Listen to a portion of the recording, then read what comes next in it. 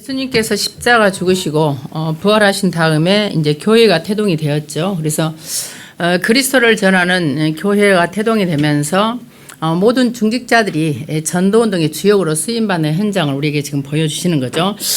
우리가 현장 선교사로서 여러분들이 현장의 메시지를 전달하라고 했는데 이제 그게 이제 어떤 상황으로 했는지 이정표가 지금 나온 거죠. 빌립 집사를 통해서 하나님이 하시는 전도를 지금 보여주고 있는 겁니다. 목회자는요, 강단의 선교사인데 사실은 여러분도 그렇고 저도 그렇고 우리의 영적인 상태와 우리의 모든 상황과 상관없이 하나님 말씀을 주셔요. 에베소 6장 19절에 보시면요.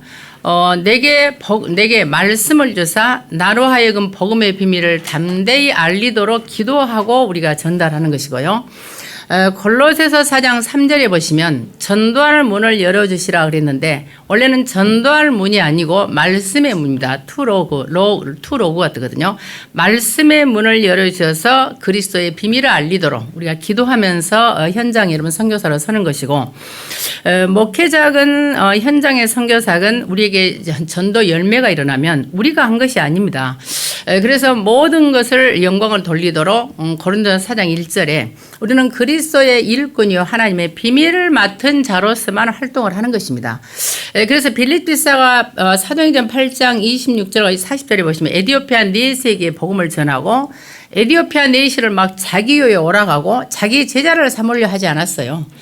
복음을 분명히 전했고 그가 복음을 듣고 예수를 영접하여 하나님의 자녀가 되니까 성령께서 빌립을 데려갔고 성령께서 또 이디오피아 넷의 역사에서 이디오피아의 복음 운동이 확산됐을 거라고 추측을 할 수가 있습니다. 그래서 여러분들이 어떤 경우에도 복음을 전하고 눈에 띄는 열매, 막 교회를 데리고 와야 되고 이런 것은 부담 느끼실 필요 없습니다. 우리는 어디를 가든지 사마리아에 가서도요 빌립이 복음을 전하고 사마리아 사람들을 막 내 교회에 데리고 오고 내 제자라고 그런 기록이 없지 않습니까?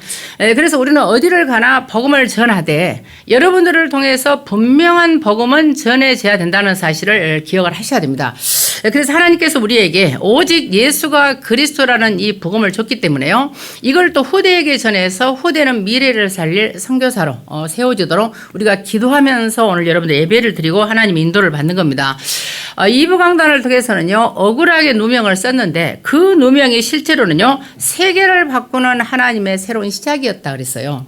그래서 어떻게 세계를 바꾸는 새로운 시작이었습니까? 모든 것은 하나님의 절대망대로 바꾸라는 거예요. 요셉을 예를 들어서 말씀을 하셨죠. 그리고 여러분들 가는 모든 길에는요. 절대 여정이 있습니다. 하나님의 성삼위가 인도하는 절대 여정이 있고요. 여러분이 어떤 곳에 있어도 어디에 있든지 절대 이정표를 세우는 그런 축복의 증거들이 올 것이다. 이렇게 말씀을 하셨죠.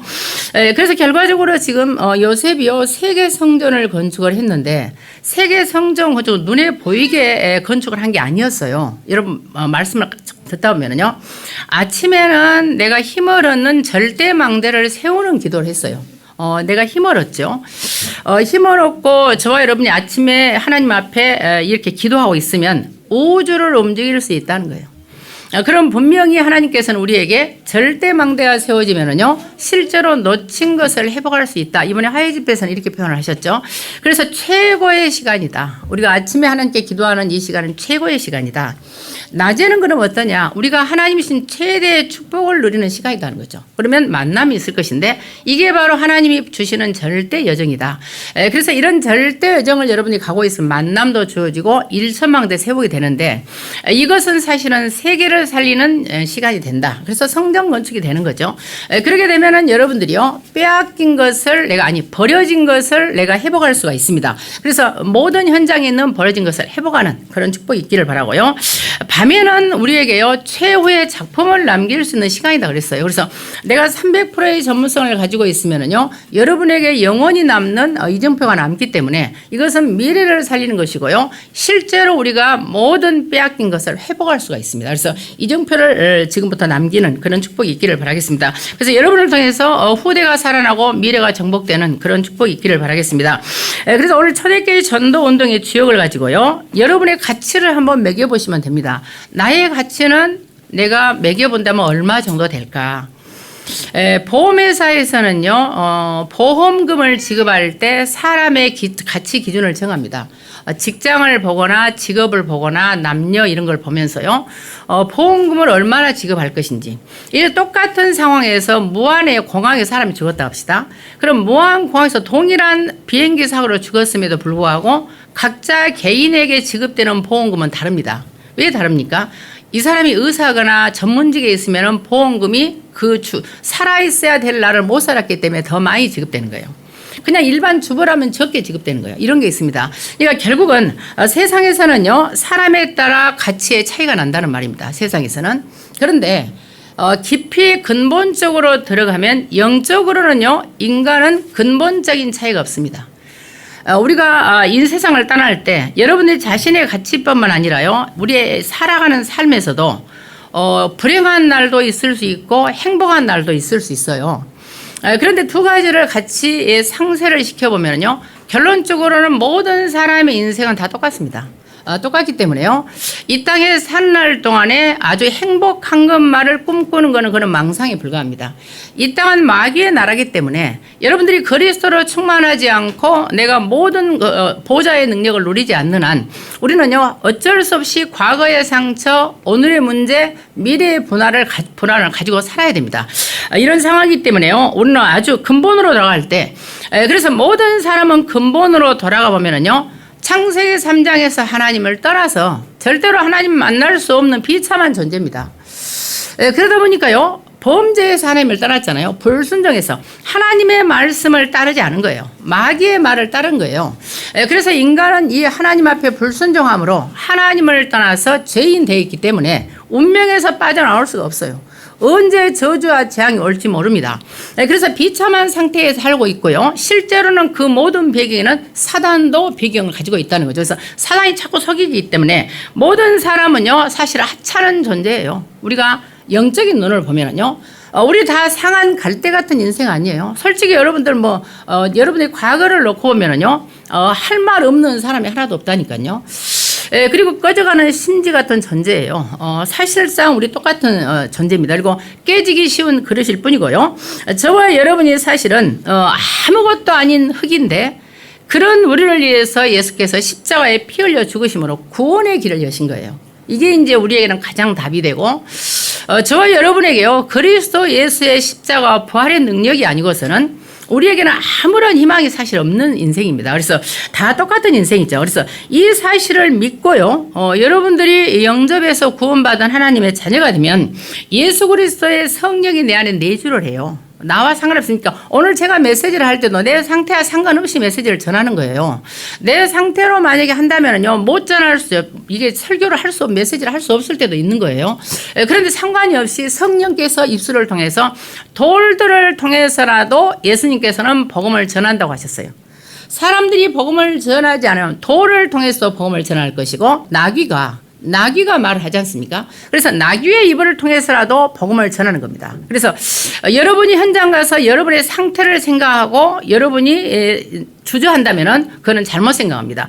여러분의 상태와 상관없이 그날 여러분이 만난 사람에게는 분명한 하나님의 이유가 있기 때문에 여러분을 현장에 파송을 하는 겁니다. 그래서 우리는 이렇게 성령이 내주한 이유가 뭡니까? 나와 여러분이 그냥 밥만 먹고 잘 살고 잘 먹게 하려고 한 게 아니고 세계 살리는 전도의 주역으로 쓰시려고 그러는 거예요. 우리 소중과 상관없습니다. 이걸 기억하시고요.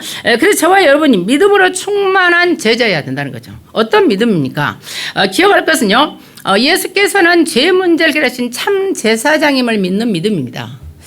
또 예수 그리스도께서는 모든 사단의 권세를 꺾으신 참된 왕이시라는 믿는 것을 믿음입니다.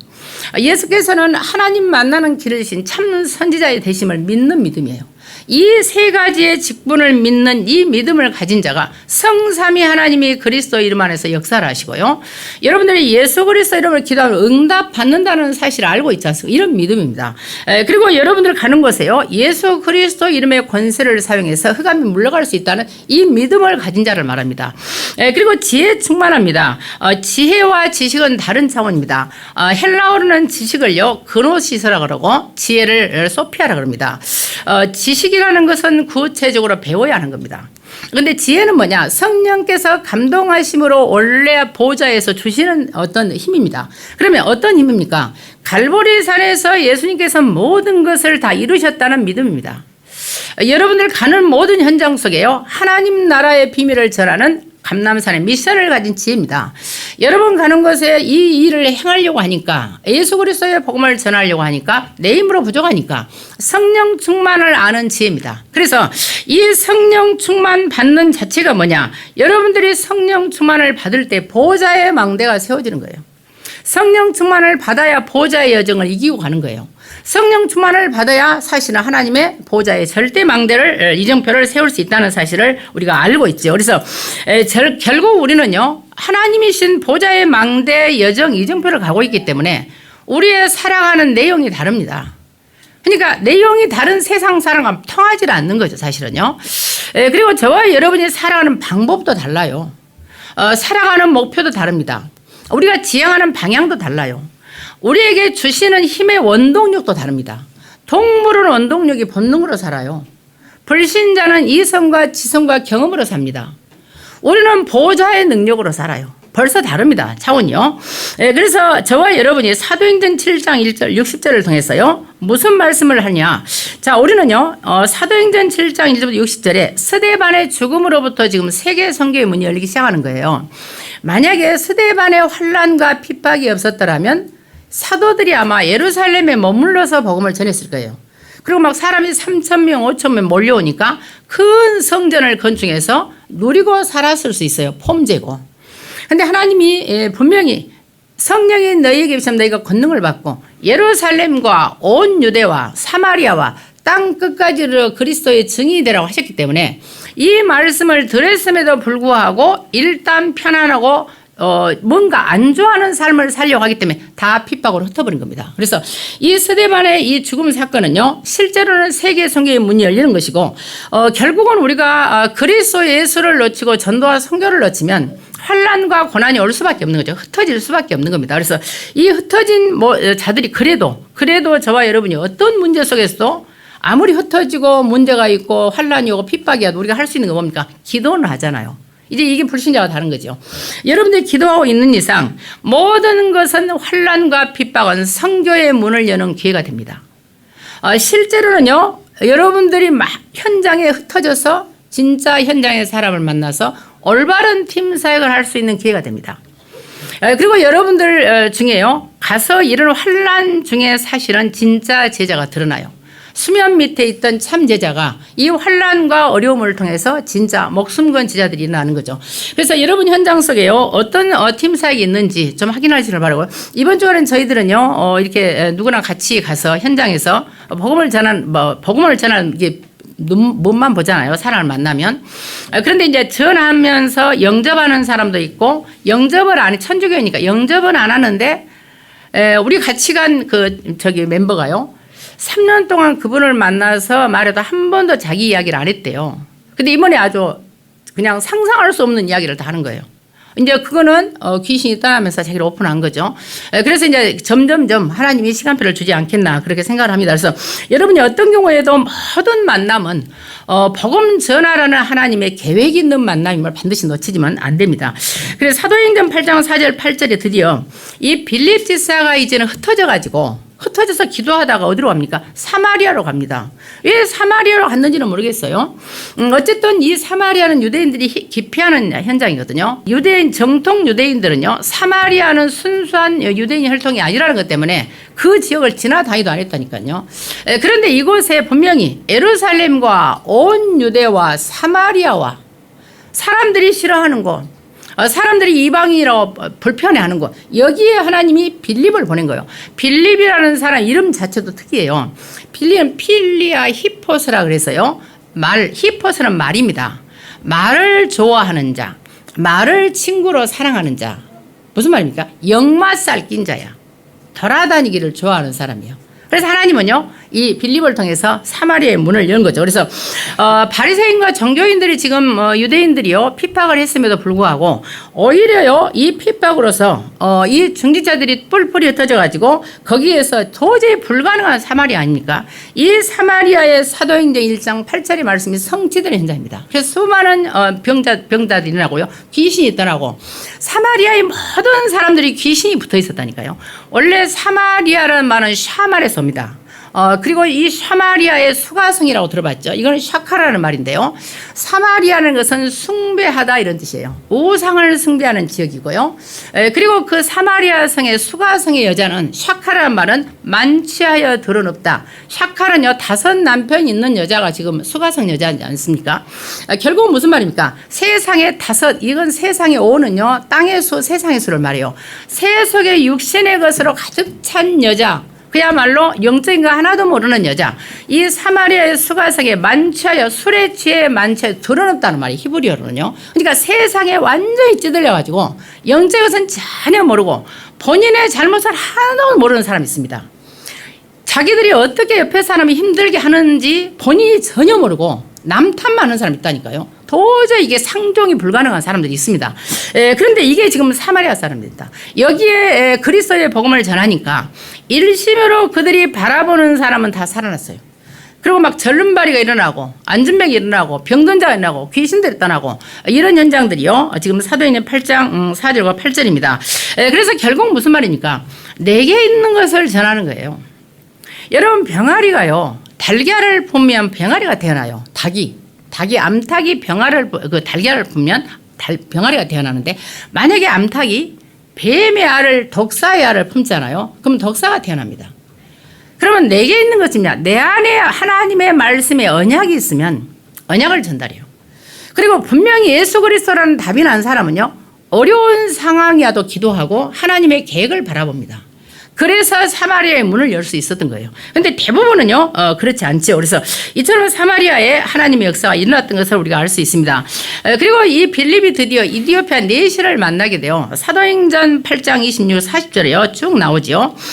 거기 29절에 보시면 성령이 빌립에게 감동을 해요. 수레로 가까이 가라고. 그러니까 성령이 감동을 해야 돼요.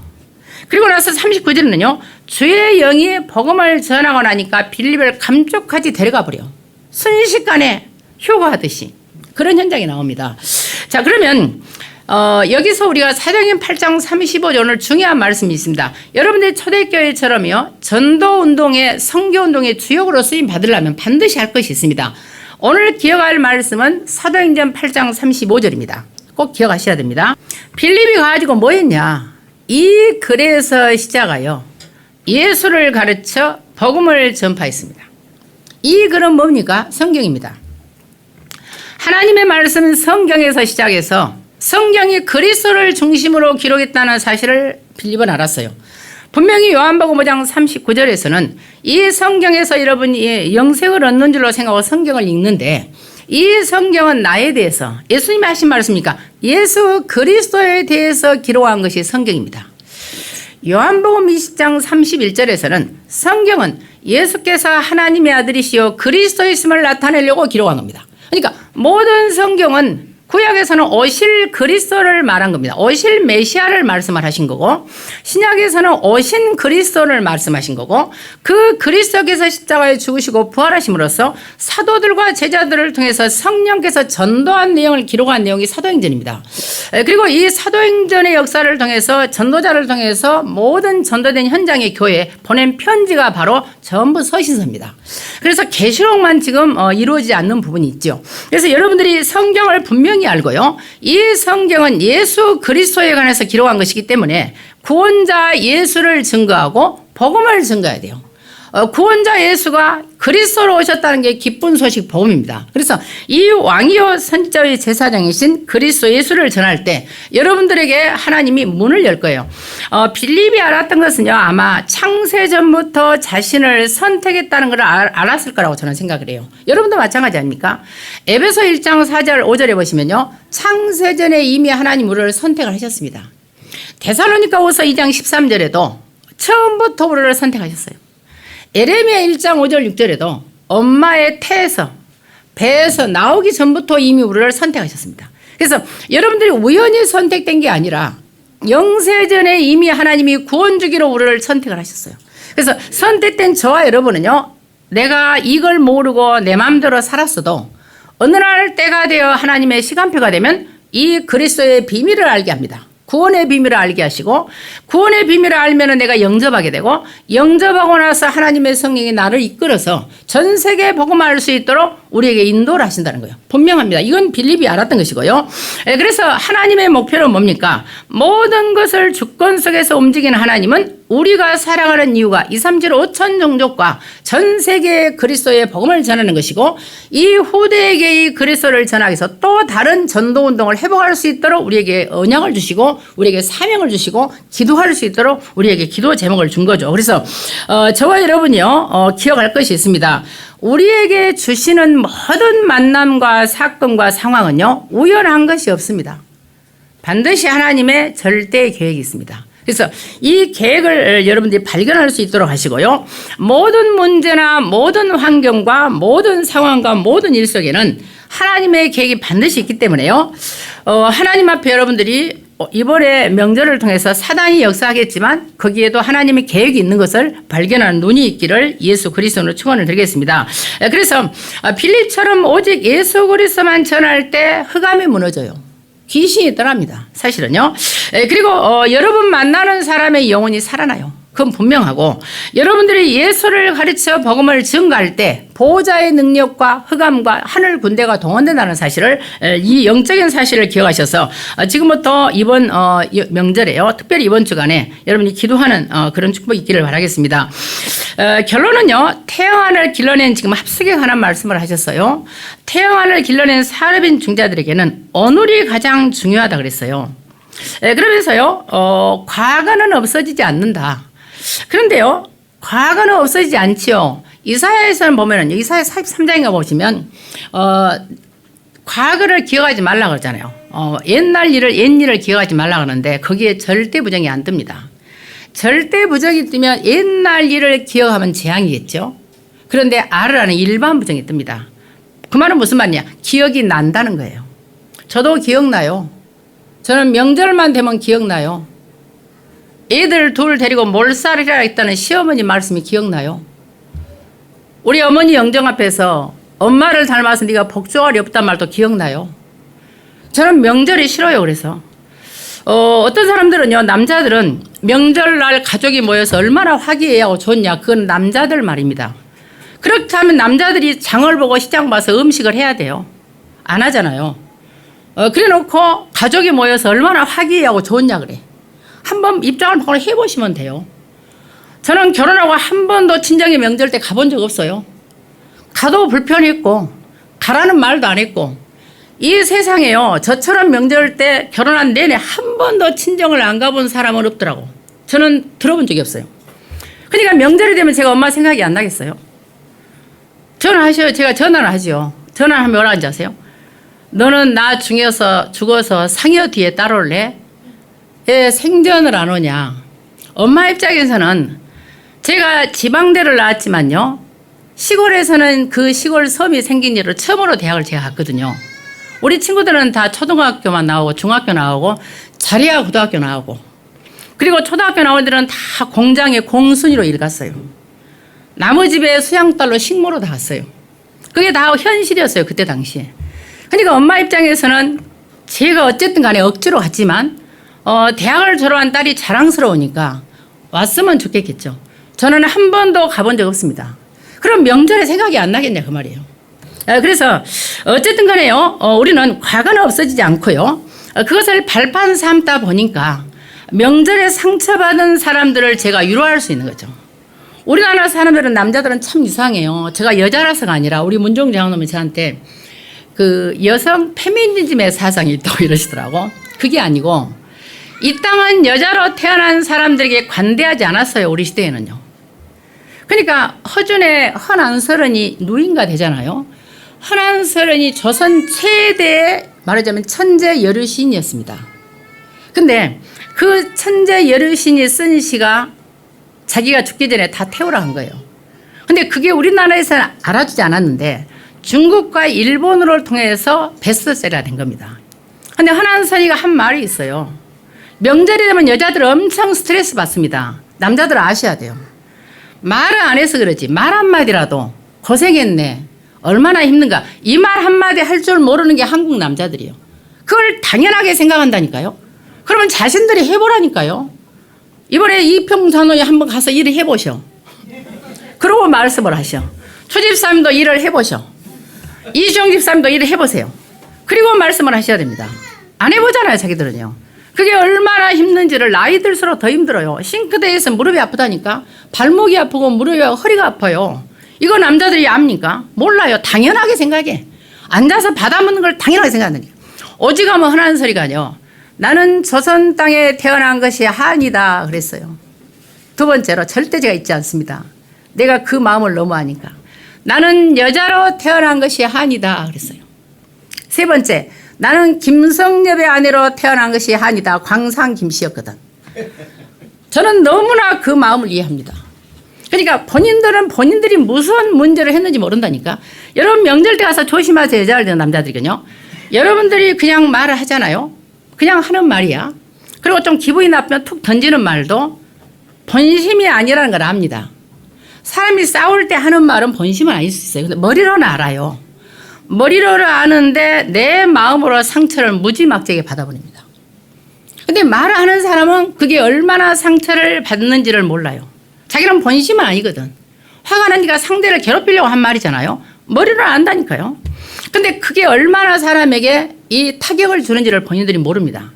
그래서 명절 때 사람들이 만나면 여러분들이 기도하고 마음이 과거에 다 잊어버렸다 하지만 생각난다니까요. 그래서 오늘부터요, 현실을 우리가 현실을 쫓는 자는 이게 허상을 쫓아가게 됩니다. 보이지 않는 것을요. 그리고 사실과 진실을 넘어서 눈에 보이는 것만이 사실과 진실이 아닙니다. 보이지 않는 영적 세계가 있거든요. 그래서 영적 사실을 보고 하나님의 계획을 볼 수 있어야 되고요. 양쪽이 다 틀릴 수 있습니다. 사실과 진실은요. 자기 입장에서 말하거든. 메시지를 들어도 있잖아요. 오늘 제가 분명히 초대교회 전도운동의 주역으로 쓰임받았던 중직자는 성경에서 시작하여 예수를 가르쳐 복음을 증거했다고 말했어요. 이거는 다 놓치고 다른 것을 딱 붙잡아. 근데 보통 귀신 역사 아니에요, 사실은요. 그러니까 항상 여기서 주장하는 걸 아셔야 된다니까요. 그래서 여러분들이요, 영적 사실을 볼 수 있어야 되고, 여러분들이 망대를 세워놓고 보좌에 망대를 세우고 기도 속에서 보좌의 여정을 할 때 보좌 이정표를 세우는 거지, 망대가 세워지지 않고 망대는 7가지 나왔지 않습니까? 결국은 성삼위 하나님이 내게 역사하는 거예요. 말씀으로, 구원의 능력으로, 기도 응답으로. 그리고 보좌의 능력이 시공간을 초월해서 2, 3, 7, 5천 정도 살리만큼 역사하는 거예요. 여러분 과거, 현재, 미래도 새로운 영적 사실을 보면서 오늘 해석할 수 있어야 됩니다. 여러분들이 기도할 때 오력이 회복되고요. 실제로 공중의 권세자 문제를 제압할 수 있는 능력이 생기는 것이고, 여러분 가는 모든 현장에 CVDIP 언약의 여정을 가게 되고요. 여러분의 삶들과 금토일과 묵상세의 주역으로 쓰임받을 수 있다는 이 7망대가 세워지면 여러분들이 7여정을 가게 되고 7 이정표를 남기게 되는 거예요. 그래야 후대가 보고 또 따라올 거 아닙니까? 그래서 어떤 후대가 어떤 위기가 와도 무너지지 않는 절대 망대가, 여러분 절대 복음이 여러분의 언약에 후대들에게 세워질 수 있도록 기도하셔서요. 지금부터 렘넌트 7명 같은 후대를 키워내야 된다는 거죠. 그러면 7명 후대를 키울 때 형통한 일과 고생 안 한 일만 있었던 게 아닙니다. 제가 옛날에 그런 말 했잖아요. 우리의 후대가 렘넌트 7명처럼 되기를 원해. 그리고 본인들 렘넌트들은 자기들도 렘넌트 7명처럼 막 다윗 같은 왕이 되기를 원해. 모세 같은 지도자가 되기를 원해. 요셉 같은 총리가 되기를 원해. 막 엘리야 같은, 엘리사 같은 역사를 일으키기를 원해요. 그리고 막 이사야 같은 선지자가 되기를 원해. 바울 같은 전도를 하고 싶어. 그 사람들의 살아온 인생 여정을 알아야 됩니다. 그게 어느 날 갑자기 된 게 아니에요. 많은 굴곡의 과정을, 천국과 지옥을 맛보면서 오늘은 천국이요 내일은 지옥인 이 상황을 견디면서 절대망대를 세우면서 나도 모르게 각인뿔이 체질되어서 일어난 사건이거든요. 그러면 그거를 견디고 건너고 통과할 수 있는 영적인 힘이 필요해요. 근데 아무것도 안 하고 여러분들이 갔다가 하나님이 원하신 렘넌트처럼 응답을 받는다? 그건 말이 안 되는 거예요. 제가 목포에 그 양림교라고 있어요. 목포 양동교회. 양동교회를 갔는데 거기에 목포 정명여고에 제 친구 하나 교사를 하거든요. 근데 걔한테 이제 가서 복음을 전했어요. 복음을 전했더니 저를 가만히 보더니 뭐라고 하냐면 걔가 그 집안이 괜찮은 교장선생님 딸이고 그러는데요. 걔가 뭐라고 하냐면 양동교회를 자기 예수 믿고 싶어서 갔대요. 갔는데 결혼하지 않는 처녀가 와서 메시지를 하더래요. 근데 자기는 남편도 겪어봤지, 자식도 겪어봤지, 시누이 겪어봤지, 시동생 겪어봤지, 형제 자매 있지, 또 시어머니 시아버지 있지, 다 겪었다는 거예요. 겪은 자기에게 그런 인간관계를 한 번도 해보지 않는 처녀 여자가 전도사가 메시지를 하는데 자기는 듣기 싫었대요. 저는 그거 이해합니다. 왜냐하면 나 같은 인생을 안 살아봤잖아요. 안 살아보고 원론적인 말을 할 때요, 받아들이겠습니까? 그잖아요. 그래서 여러분들이 살아있는 모든 과정은 다른 사람을 살리고 그들에게 공감력을 불러일으키고 그들을 살리도록 발판 삼는 과정이에요. 그러니까 거부하지 마시고요. 감사하면서 오직 보좌의 능력으로 이 길을 가시면 된다는 사실입니다. 그래서 초등학생 랩런트와 70개는 눈을 열어줘야 하는 어떤 눈입니까? 결국은요, 중요한 것들을 항상 너와 하나님이 함께 하신다. 예수 그리스도의 십자가의 비밀을 가진 너에게 성령이 네 안에 내주하고 너를 통해 세계복음을 할 수 있도록 너와 항상 함께한다. 이 사실을 분명히 가르쳐줘서요. 우리 후대들이 유관이 눈으로 보는 거 제한이 있고 다 있어요. 그러나 영적인 영안이 열려야 돼요. 그래서 로마서 제가 11장 8절 말했잖아요. 혼미한 심령을 치유해주고 보지 못할 눈을 여시고 듣지 못할 귀를 열어달라고 기도하라는 게 굉장히 중요한 기도라고 제가 말씀한 적이 있습니다. 그래서 여러분들이요, 영적인 눈이 우리의 렘넌트가 열려야 돼요. 그래야 영적인 군사로서 부름받은 그리스도의 이름으로 우리가 걱정이 살 수 있고, 여러분들이 군사로서 영적인 군사뿐 아니라 경계하는 자는 말씀대로 경계하고, 농부가 임금보다 먼저 열매를 먹는다는 사실을 알고 가는 거예요.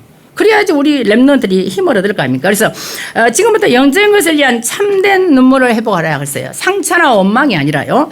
항상 해야 될 것이 있다는 거죠. 그래서 하나님의 말씀만 따라가도록 랩런트를 위해서 지금도 그다음에 시청각 자료도 활용할 수 있으면 해라 이런 말씀까지 하셨습니다. 그다음에 청소년에게는요. 청소년은 환경과 자신과 자신의 업을 넘어서라 그랬어요. 이게 금방 넘어서지는 게 아니에요. 제가 말씀드렸잖아요.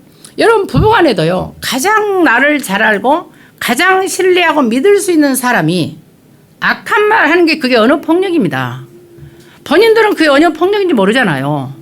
그런데 그 폭력을 받은 사람 머리로는 진심이 아닌가 한다니까요. 근데 마음의 상처를 받아버린다니까요. 그러니까 가까운 가정을 통해서 많은 상처를 받습니다. 이걸 뛰어넘는다는 것은 하나님의 은혜가 임해야 돼요.